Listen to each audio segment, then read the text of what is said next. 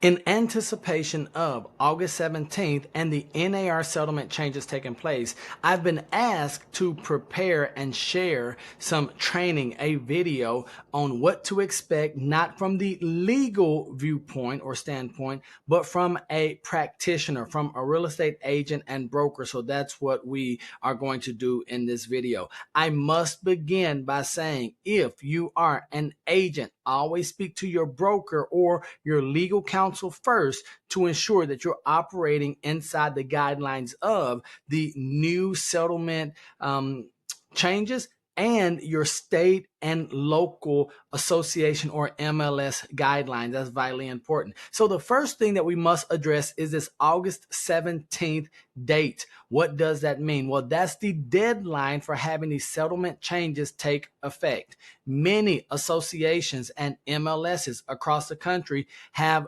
prior dates, have dates before August 17th. I know some of them started in July. Some took effect August 1st.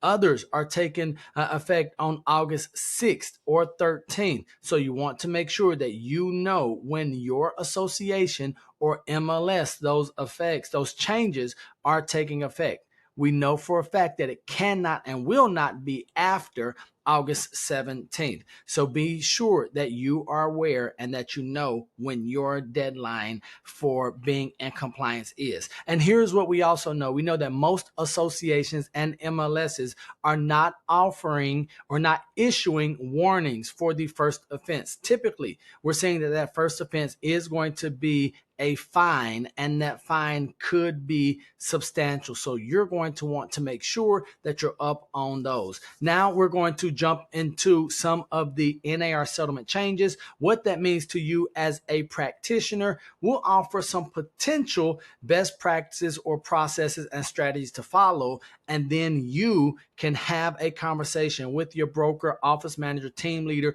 or your legal counsel to ensure that you're operating within their parameters. The biggest change for the association, for NAR, and for real estate practitioners is that there is no longer a unilateral offer of compensation through any MLS in no form or fashion. So we, as buyer agents or transaction brokers, you will not see an offer from the listing side of the transaction, be it the seller or the seller's broker or representative. That is not going to be available anymore. So if you're used to looking in the MLS, seeing how much cooperative compensation was there, that has gone away. The next biggest change, and it's a consumer protection change, I feel, is that now anytime a real estate professional, before they work with a buyer, before they show them a single property,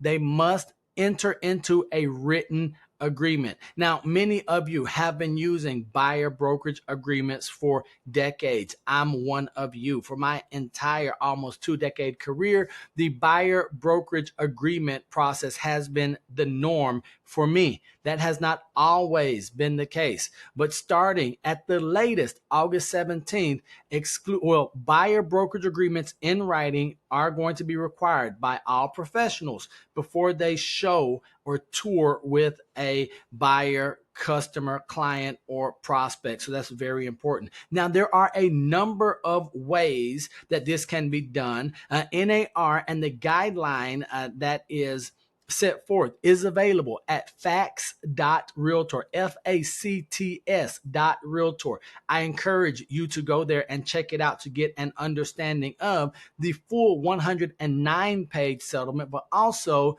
the summary of the changes. So that's facts.realtor. I'm also going to encourage you as a real estate professional working with buyers to take advantage of NAR's ABR designation, the accredited buyer representative designation that they have made available to us at no charge as realtors through the end of the year so far. You're not going to get CE credit for that, but it is going to add some credibility when you are working with buyers. So let's jump back really quickly. What it means when it says no offers of compensation in the MLS. We know that you and I, as realtors, as real estate professionals, as entrepreneurs, as business owners, we get creative.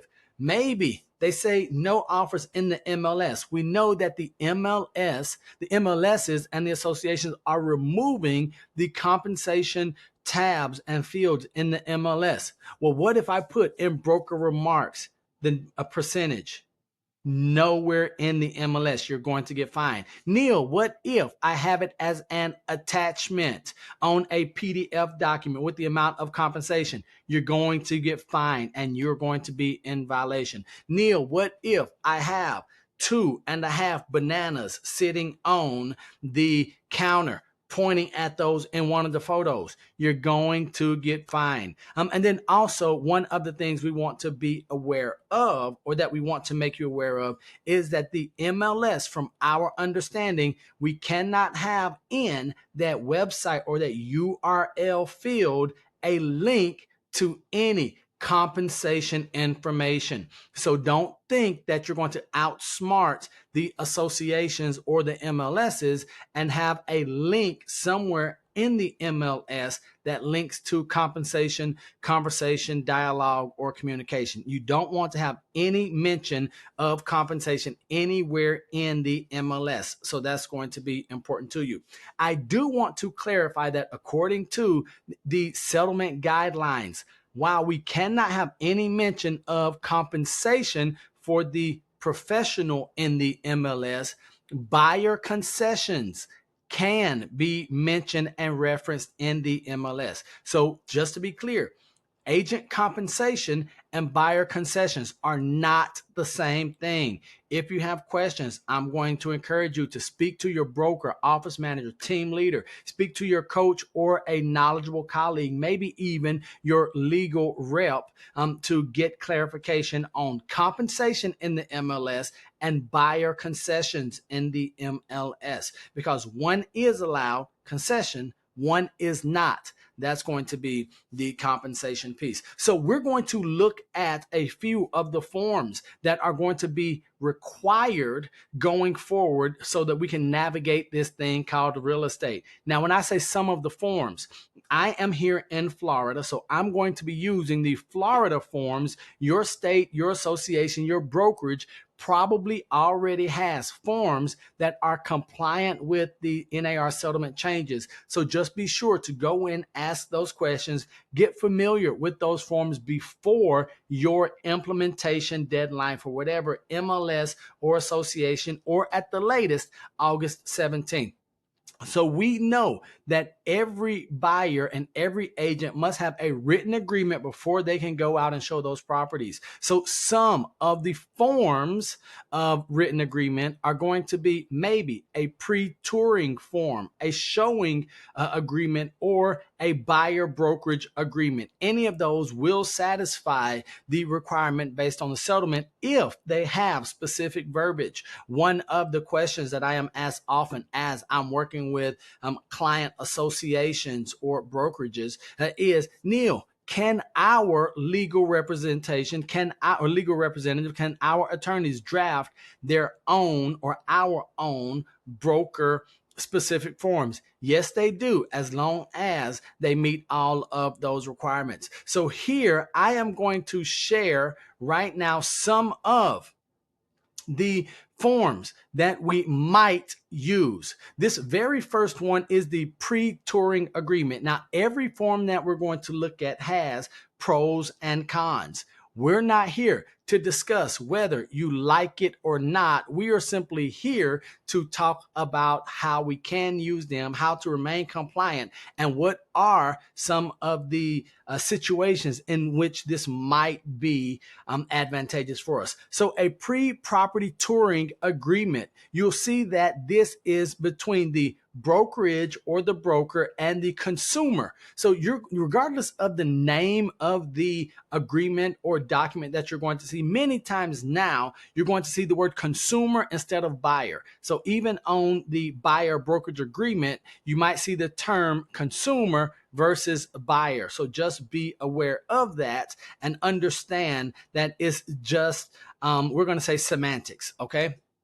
The biggest thing when it comes to all of our forms is that it requires inconspicuous view and language that it must state that compensations or commissions are not set by law and they are fully negotiable. That's going to be vitally important. It must be in bold type fonts, and you're going to see that as a repetitive scene here on all of the forms. So you could use the property pre-touring agreement.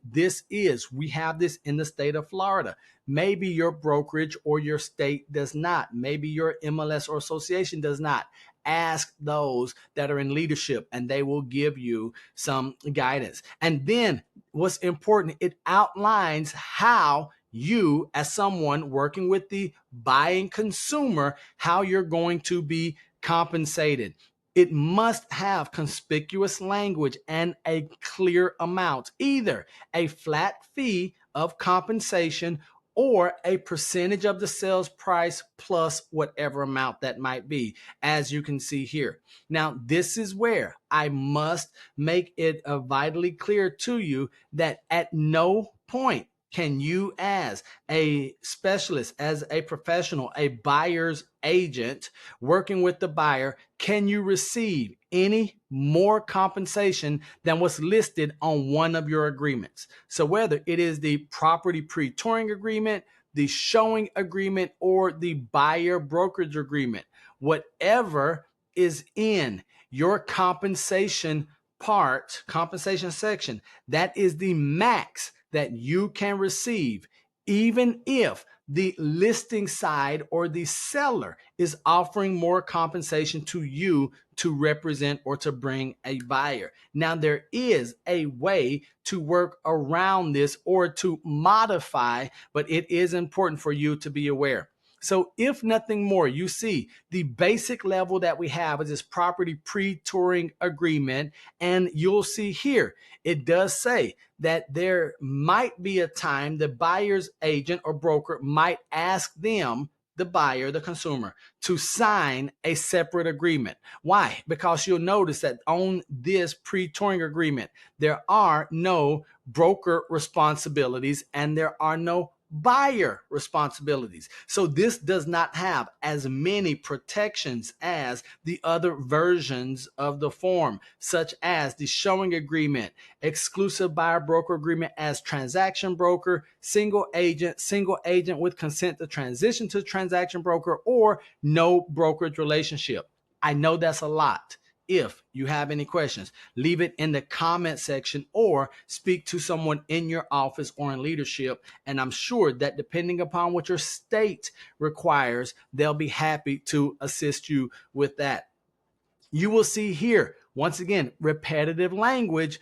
Broker's compensation from any source will not exceed the amount of compensation in a written agreement with you. So even if the seller's broker or the seller themselves wants to offer or is offering a compensation to you as the buyer broker, and it exceeds what this is here, you cannot receive that difference unless there is, where we're going next, the modification to buyer brokerage agreement, right? The only way, if the other side of the transaction is offering more compensation than in your initial agreement here, we would need this modification to buyer broker agreement or showing agreement, and it must be signed and executed by both the consumer or the buyer and the brokerage or broker. This is an important place that I want to make an important statement. Please remember that agreements between, or buyer brokerage agreements, and when we talk about compensation and listing agreements, the buyer brokerage agreement is between the buyer or the consumer and the broker or brokerage. Be careful about amending or modifying brokerage agreements without the consent of your broker, or ask your broker, am I an authorized associate? Do I have permission? Can I legally adjust the compensation or not? Same thing when we start talking about marketing agreements and listing agreements, all of that. So just ask the question of your broker, because I would hate for you to agree with your buyer to adjust up or down, or the other side of the transaction, be it seller or seller's broker, up or down, and then your broker come to you and say, I did not authorize you to make that adjustment. You are responsible for paying whatever the difference is. It has happened in cases, so always ask your broker, office manager, team leader for their permission. Make sure that you are an actual authorized associate. So here's where we are with this modification to buyer brokerage agreement or showing agreement. Let's say the other side of the transaction is offering more. We know that we cannot receive more compensation than what is in this pre-touring, showing, or exclusive buyer brokerage agreement. So what do? We go to our consumer, our buyer, client, customer, and we tell them, hey, I spoke, I've had conversation, I have an agreement with the other side of the transaction. We'll get to that form in a moment. They are offering this much. Our previous agreement says that I can only receive this much. Are you willing to adjust this so that, or modify so that I can receive a full compensation or commission? If they do not sign, if you do not get it executed, I don't care how unfair you might feel it is, according to the new changes, you cannot receive more compensation than is agreed upon in one of your buyer agreements. Okay. Now, I'm not going to cover the showing agreement in depth, nor the exclusive buyer brokerage agreement in depth. What I am going to say is that you want to be aware of, in the showing agreement, this section here, when it talks about this agreement applies to the following properties, please, please, please put the property addresses in, not the MLS numbers. Make sure that you're putting the property address in this section right here, not the MLS number, so that if there's ever a question about the property address and the buyer does close on that transaction, you are entitled to your compensation from the buyer.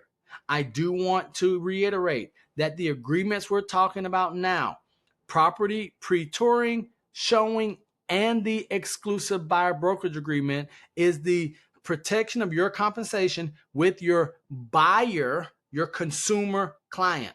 This has nothing, when I say client or customer, this has nothing to do with the listing side of the transaction yet. So if, for example, let's say your showing agreement has that the compensation is going to be X% or a flat fee dollar amount coming from your buyer. If the other side of the transaction is not offering any compensation, you have the responsibility to go to your buyer and say, they are not offering any compensation. That means that if we go under contract here, it is your responsibility to pay my professional fee according to our buyer broker agreement, right? Vitally important that we have that conversation each and every time. For many of us who have not done exclusive buyer brokerage agreements in the past, or if you have not recently done the initial buyer consultation, it is going to be important that you go in and that you get really skilled and that you hone in on doing those buyer consultations, having discussions and conversation about how you're going to be compensated, what happens if the other side of the transaction is not offering compensation, and what their options are. So that's going to be important. Really get good over the next couple of weeks and months with your script, your dialogue, knowing what you're going to say, how you're going to communicate your value. And I forgot to mention, we cannot say the word free unless we're not going to be paid by any party in the transaction. So don't say my buyer services are free. We can only say that if we are not going to receive any compensation from any party in the transaction. So we've talked about the pre-touring property or a property pre-touring agreement, the showing agreement, and the exclusive buyer or the buyer brokerage agreement, which there are different versions of that form. So I do want to answer a question that has been asked by me. Well, Neal, that property pre-touring agreement, is that what I need when I'm doing open houses? No, not necessarily. So what is required is that before you offer any brokerage services, any broker services to a buyer, you must have a written agreement in place. However, if you are working an open house as a listing agent, a marketing specialist, a seller's agent hosting an open house, or if you are a buyer's agent sitting someone else's open house, maybe it's not your listing, but they allowed you to hold an open house. If an unrepresented buyer comes into the property or attends the open house, you do not have to have anything signed to talk about this property for the open house only. You do not have to have a pre-touring agreement in place if you're going to talk about this property only. The moment you want to send them listings of other homes, or if you say, I know this property is not the one for you, there's one across the street or next door, let me show you that one, you are now providing broker services to that buyer. You will absolutely need to have some type of written agreement with that consumer. If we're staying at this property, if we are not going to offer any additional broker services to them, we do not need any type of written agreement with that consumer. If we're doing anything that's going to be real estate related broker services for them, we must get a written agreement in place. So very important that you're clear there, especially for my listing agents. You're saying, well, do I have to have this with everyone? They might be hesitant to sign. The answer is no, unless we're going to move towards providing them some brokerage services outside of the scope of us working for our sellers. So the next question is, Neal, if compensation is not going to be offered on the MLS, how can I, as a buyer's agent, while I'm guaranteeing my compensation from the buyer side, how can I relieve some of that financial responsibility from my buyers who might not be willing or might not be able to pay my full professional fee? Well, that's where the compensation agreements come in place. And so once again, I'm going to share Florida's compensation agreement. And here's what we see. Here's what we know about the Florida compensation agreement. There are a couple of them. The first one that we're looking at right now is the agreement between seller's broker and the buyer's broker. Seller's broker and the broker for the buyer. So what is required?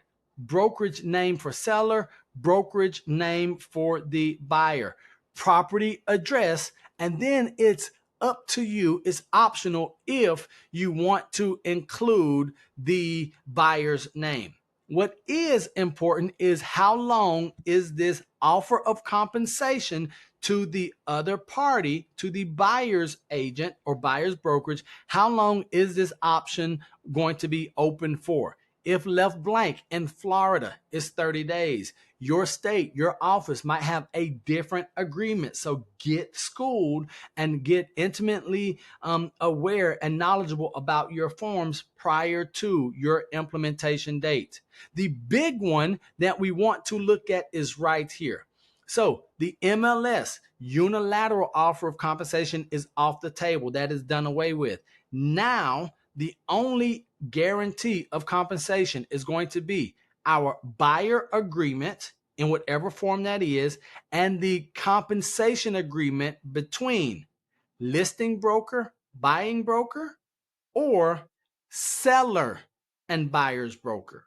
Okay, so here, this is going to spell out how much compensation the listing side is going to be willing to offer you on the buying side of the transaction. It might be a flat fee. It might be a percentage plus X amount. Remember, if this amount here is higher than the amount that you have in your buyer agreement.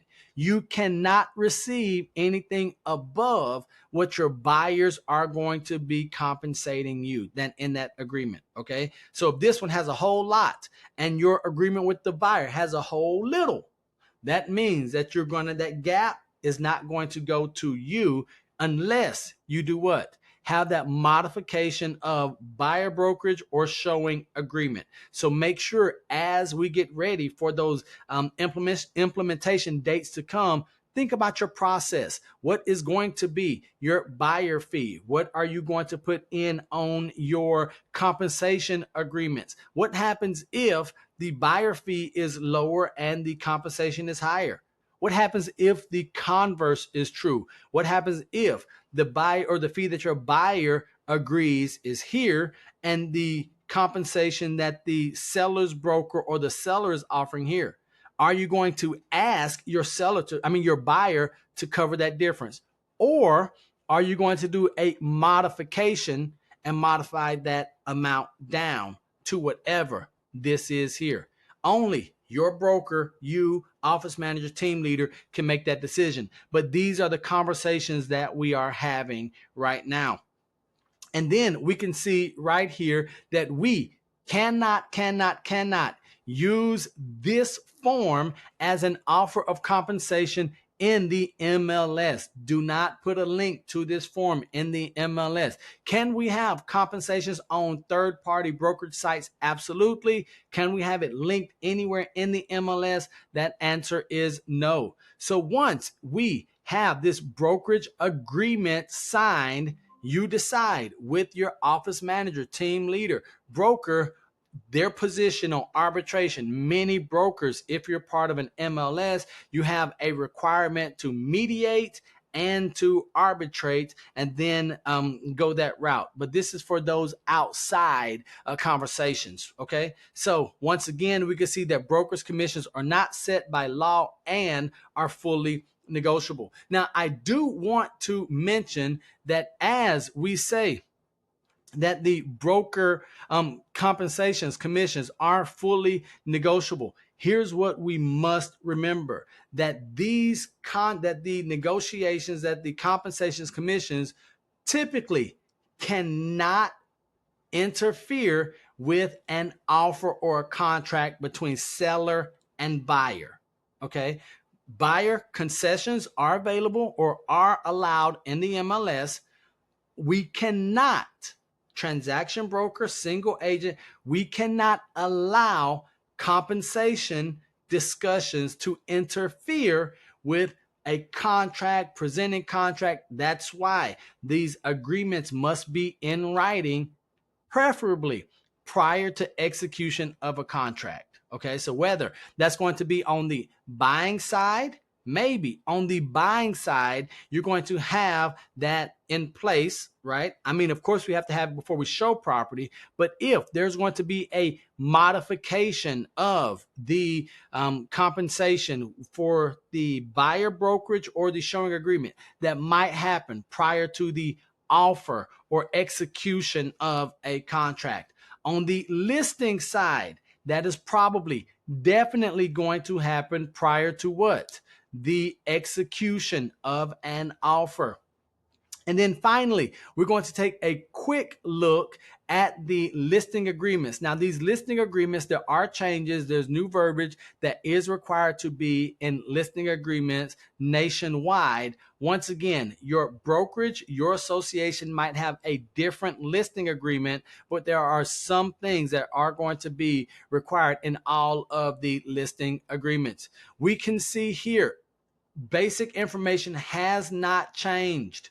What has changed is the MLS requirement that compensation must be offered for it to be in the MLS. That is done away with.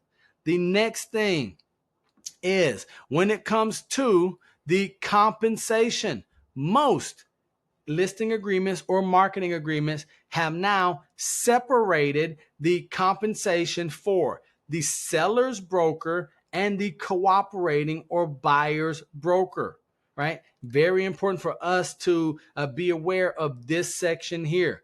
this first section on our Florida forms, check your state or your company's forms, talks about the compensation that is going to be offered to the broker, the listing or seller's broker. And this also is covering the lease of property. So leases, so if you have a landlord or tenant, these same guidelines do take effect, or they are in effect. So how much are they going to offer or compensate the broker, the listing broker? Further down, it talks about brokerage commissions are not set by law and are fully negotiable. Notice the seller regarding buyer brokers and then the compensation to the buyer brokers. If the seller does authorize me or you as the listing broker or listing agent to offer compensation to the other side of the transaction, but not on the MLS, this is where they would have that information. They will say yes or no, and then if it's no, it will be checked right here. Authorizes broker to offer compensation in the amount of this, or authorizes broker to offer compensation to buyer's broker from seller. Meaning, right now, this is where it's either going to be the compensation agreement from the seller's broker to the, compensation agreement from the seller's broker to the buyer, or it could be from the seller to the buyer. Now, you ask your broker, ask your attorneys, which is going to be best. There might be some tax reasons. It might just be for some bookkeeping reasons why. The seller will pay the buyer's broker directly, or you as the listing broker might want to pay the buyer's broker. But we cannot do that without one of these two boxes checked. If they say no, when someone asks or when they call, when they're submitting the offer or asking for the showing request, and they say, hey, Mr. Seller's agent, are you offering compensation? You could say the seller is offering compensation. You can say me as the seller's broker or brokerage, we're offering compensation, or you can answer no. So that's where we must get to know what this says, what our forms say, and how we're going to actively and properly communicate that to the other side of the transaction. Now, really quickly, here's what we are seeing as some of the best practices in this time, or coming up on this time. We as buyer's agents, this is where I am going to start. We're seeing that buyer agents, you can hopefully have an expectation of the showing process to slow down just a bit, meaning we're going to have increased conversation with our buyers. We're going to have really strong buyer consultations initially, roll out and communicate clearly and effectively what this post-settlement world looks like, what your responsibilities are, why they must sign a buyer agreement in some form before you can work with them. For our repeat buyers, they're going to say, I've never had to sign one of these before, and I bought X number of homes. Well, based on the new NAR settlement changes, it is required. So it might be the property pre-touring agreement, showing agreement, or one of the 4 agency agreements when it comes to buyer brokerage. So that's the very first thing. We want to also think about, how are you as a buyer's specialist going to communicate with the listing side of the transaction prior to showing the home? Because what do we have to do? Well, first, we cannot disqualify properties because of the offer of compensation. We as professionals cannot disqualify properties because of the amount or the lack of offer of compensation from the other side of the transaction. So we must have the conversation, email, text, some way, on the phone. Are you offering compensation? If they say yes, one of the practices that we are anticipating is to get that compensation agreement over to the listing side of the transaction. So it can either be the seller or the seller's agent to get that executed, which clearly states how much compensation they are offering, if any. Why? Because now when you have that conversation with your buyer, prospect, client, or customer, you can say, remember the agreement that we have in place, these homes that you wanted to see, I can schedule all of them. However, these two are not offering cooperation or compensation. These two are not offering cooperative compensation. That means for these two, you would be responsible for covering my entire professional fee. On these other three, they are offering whatever amount. That means that you might be responsible for none or a portion if any of those are offering more than your agreed compensation from your buyer agreement. Now would be the time to modify that. And it could be for a specific property if need be. So that's what we're anticipating doing prior to the showings on the buyer side. Listing agents, marketing specialists, my seller agents. Here's what I'm going to tell you. That means you can anticipate more text messages, phone calls, emails than ever before asking the same question. Are you offering compensation? I need, your colleagues need, the buyers in the market need you to respond to the request for that simple answer. But we cannot put in the MLS cooperating with brokers. You cannot put that in there. You cannot put buyer agents welcome. You cannot put that in the MLS, not even in those broker remark sections. So you want to make sure that you are setting up a system, a process in-house, or have some other processes maybe on a website, text messages, Google Drive, OneDrive, something that's going to streamline the process for you. I know that some of my clients, we have gone in and start putting some links and things back of office so that it can work seamlessly, so that we can easily have the other side of the transaction fill out forms so that we're legally compliant. But that's something that you, your broker, and your leaders need to make a policy or a decision on prior to your implementation deadline. And then finally, what that also means is that if the property, well, from the seller side and the buyer side, the level of communication is going to be much higher. Our listing agents, be prepared for more questions before a showing request comes in. Make sure that you're keeping tabs and the notes of how many times am I being asked this. Maybe your seller is not going to offer compensation. If you get the calls in and your answer is no, we're not offering compensation, then think, how many calls have we had? How many showings have we had or haven't we had as a result of whatever your response is? And so that's what we know right now. And there are going to be more changes coming, but I didn't want this video to get upwards of 40 minutes. But I'm going to encourage you, get to know your forms, know when your deadline for implementing those changes are going to be. We're going to be doing more videos right here on this channel. So be sure to go to nealoates.tv or to just subscribe so that you don't miss the updates that are going to be coming as we roll out more actual and practical applications for us as practitioners. I hope that you found this video valuable, that the information has not been overwhelming, and regardless whether we like the changes or not, they are here